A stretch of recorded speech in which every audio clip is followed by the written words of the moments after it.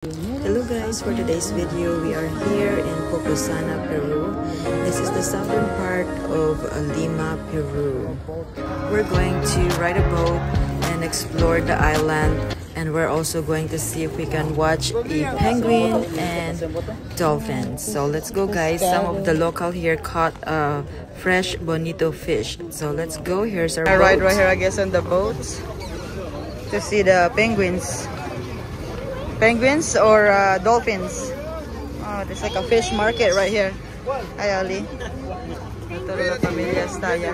Nandito kami ngayon sa pier. Saan kami ng bangka.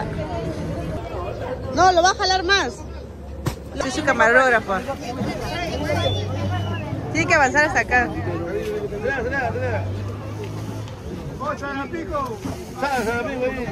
Este tiene que saltarlo un poquito para que retroceda. No, pero... Claro, o si no, este por otro lado. Para que pueda subir la señora, no puede ir.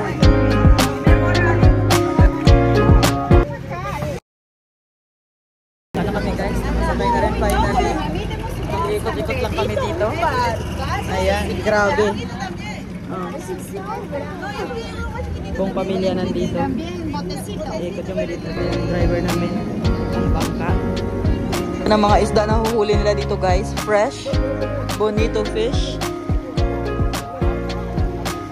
seals. Tignan mo yung mga bahay dito, ang ganda ng bahay na yun doon. Wow, isda Peruvian. Ang ganda dito guys ha, ganda ng mga bahay dito sa tabi ng dagat oh, mga vacation house nila dito. Ito ng bahay na to ha. Shape siya ng boat.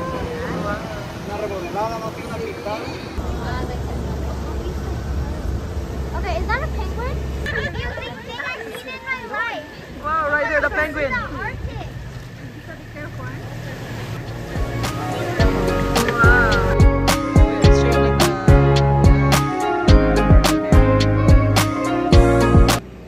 And here is some of the local fishermen fishing off right here by the island.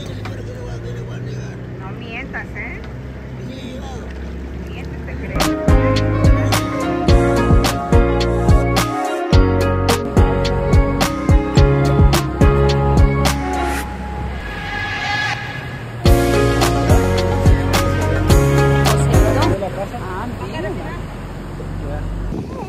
Ito kami guys, yan.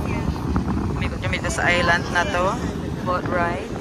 Babalik na kami, nag-fishing kami pero wala kaming nahuling isda. Dahil mga bangka dito at saka boats. Kasama natin dyan, mga nahilo na.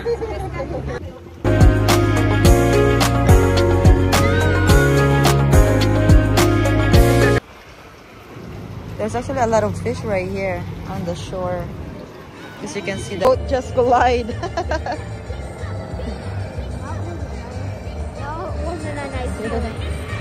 Sila dito parang La Bofadora guys. Dito oh.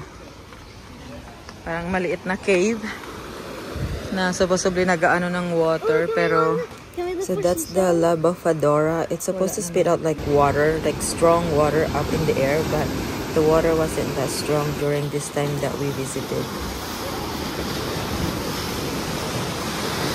Oh no, it's not strong. It's coming, it's coming.